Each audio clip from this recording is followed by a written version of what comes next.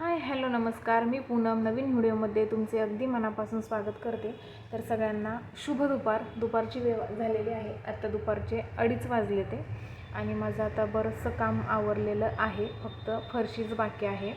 श्रीषा उठल्यानंतरच तिला जेवण भरवायचं आणि मग तिच्याबरोबरच परत संध्याकाळपर्यंतचं रुटीन चालूच असते।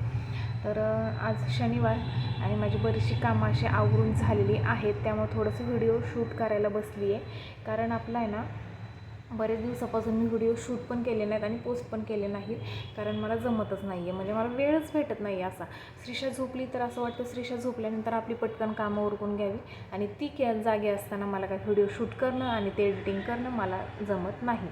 तर आणि संध्याकाळी घरी असल्यानंतरसुद्धा संध्याकाळी परत संध्याकाळचं रुटीन चालू होतं, त्यामुळे आणि परत कामं आवरल्यानंतर ना परत संध्याकाळी कधी झोप लागते हे सुद्धा समजत नाही। हा मोठा माझा आहे ना, 1-2 आठवडे झालं माझं असं शेड्यूल आहे ना एकदम बिझी आहे, त्यामुळे मला नाही कामाव्यतिरिक्त वेगळं काही माझ्याकडनं होतच नाही। तर थोडासा टाईम काढला आहे मी, आत्ता काम ठेवलं आहे जरा बाजूला आणि थोडासा वेळ काढला आहे, आणि त्यातूनसुद्धा म्हणलं थोडंसं कनेक्ट राहावं तुमच्याशी। आणि त्यातूनच आता आम्ही ना अधिक मासामध्ये धोंडे जेवण करण्यासाठी गेलो होतो माझ्या माहेरी। तर त्याचं पण सुद्धा व्हिडिओ मी थोडासा शूट केला आहे, तो एडिट करणं बाकी आहे, पण तोच व्हिडिओ मी आता आहे ना पोस्ट करणार आहे। तर तुम्हाला तो आवडेल आणि नक्की बघा, आणि आवडला तर कमेंटमध्ये मला नक्की सांगा आणि भरभरून प्रेम द्या। अधिक मासातील शेवटचे 2 दिवस बाकी आणि आम्ही गेलो होतो माहेरी, कारण धोंडे जेवण सेलिब्रेट करण्यासाठी। तर तिथे गेल्यानंतर ना मी सगळ्यात अगोदर डेकोरेशन करण्याचं ठरवलं। पप्पांनी आणली होती फुलं वगैरे, थोडंसं पाट सामान हे काढून ठेवलं होतं, कारण आम्हाला जाण्यासाठी वेळ लागणार होता। तरीसुद्धा आम्ही सकाळी पटपट घरातली कामं आवरून आंघोळ वगैरे करून नाश्ता तर बाहेरच केला, तरी पण आम्ही लवकर पोचण्याचा प्रयत्न केला, तरी आम्हाला पोचण्यासाठी 12 वाजले। आणि अशा पद्धतीने आम्ही घरी गेल्यानंतर छान असं डेकोरेशन करण्याचं ठरवलं। त्यानंतर ना बसण्यासाठी इथं बेडशीट, 2 ताट आणि पाट ठेवले होते, ताट ठेवण्यासाठी जेवण्यासाठी। त्यानंतर फुलाचं असं मस्त डेकोरेशन केलं, ते तुम्ही पुढे बघाच। आता तुम्ही इथं बघू शकता, मी 2 पाट ठेवले होते, त्यावरती मस्त असे वस्त्र टाकले, ते वाऱ्याने उडत होते म्हणून सध्या रिकामीच ताटं ठेवले ते। त्यानंतर पाटाभोवती फुलांची थोडीशी रांगोळी, आणि मध्ये मला आहे ना थोडंसं असं चौकोन करून त्यामध्ये ते अधिक मास आणि लेकी जावयाचं कौतुक असं लिहायचं होतं, पण कलरच पुरेसे नव्हते, त्यामुळे एकाच कलरमध्ये लिहायचं होतं पण कलर पुरेसे नव्हते, त्यामुळे मग मी असे 2 कलर त्यामध्ये टाकले होते, त्यात मग लिहायचं ठरवलं। तर त्यानंतर ना मस्त असं बाजूनी फुलांची डेकोरेशन केलं होतं, त्यामध्ये 2 रांगोळ्यांचे कलर टाकले होते। तर सण अधिक मासाचा आनंद लेकी जावयाच्या आदराचा, असं मी त्यामध्ये लिहिलेलं होतं। इथं आता बघू शकता तुम्ही, सगळं फायनल डेकोरेशन असं झालेलं आहे। सगळं काही व्यवस्थित, जे काही घेतलं होतं पप्पांनी ते सगळं काही मी व्यवस्थित मांडून ठेवलं होतं तिथं।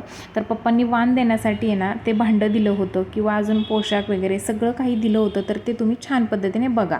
डेकोरेशन वगैरे सगळं काही झालं, घरातलं थोडंफार आवरलं। श्रीषाला पण खाऊ पिऊ घातलं, जरासं तिला फ्रेश केलं, तिचे हातपाय तोंड धुवून तिला तयार केलं, आणि आम्हीसुद्धा दोघे मस्त असं, त्यांनी पण छान कपडे घातले होते आणि मी सुद्धा साधी सिंपलच अशी साडी घातली होती, मस्त असं तयार झालो।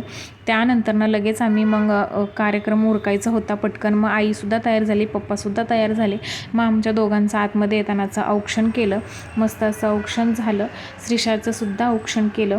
तर कसं असतं ना, आपले मम्मी पप्पा कितीही गरीब असले तरी त्यांना लेकीसाठी काय करू, किती करू, कसं करू याची तर जास्त उत्सुकता लागलेलीच असते।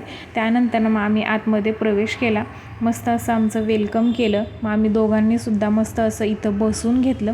त्यानंतर मग पप्पांनी यांना मस्त असं डेकोरेशन केलं। त्यानंतर पप्पांनी मग त्यांचं औक्षण केलं, त्यांना पोशाख केला, त्यांचा मानपान दिला, मस्त असं इतकं छान वाटत होतं हा कार्यक्रम मला करताना ना, कारण इतकं मन भरून येत होतं मला, की किती आपले मम्मी पप्पा गरीब असले तरीसुद्धा ते आपल्या मुलीसाठी किती काही करू शकतात ना।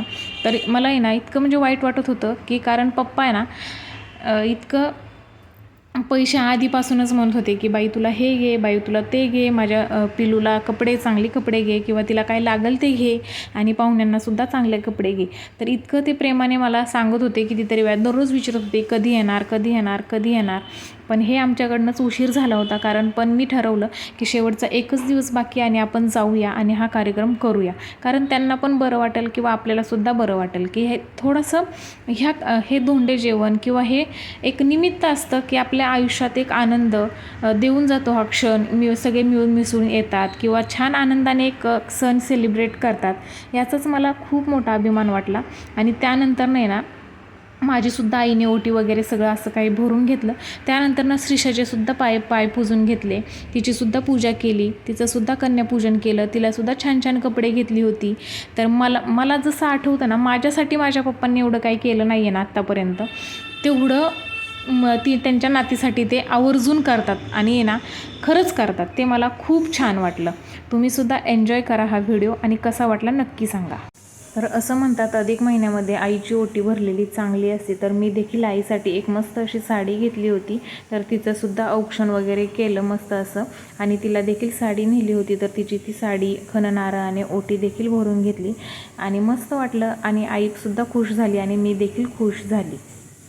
मस्त असं धोंडा जेवणचं सेलिब्रेशन झालं. थोडक्यामध्येच खूप सारी मजा आली, खूप सारे पिक्चर घेतले आणि मस्त वाटलं. तर कसा वाटला व्हिडिओ मला कमेंट करून नक्की सांगा आणि व्हिडिओ आवडल्यास व्हिडिओला लाईक, शेअर, सबस्क्राईबर नक्की करा.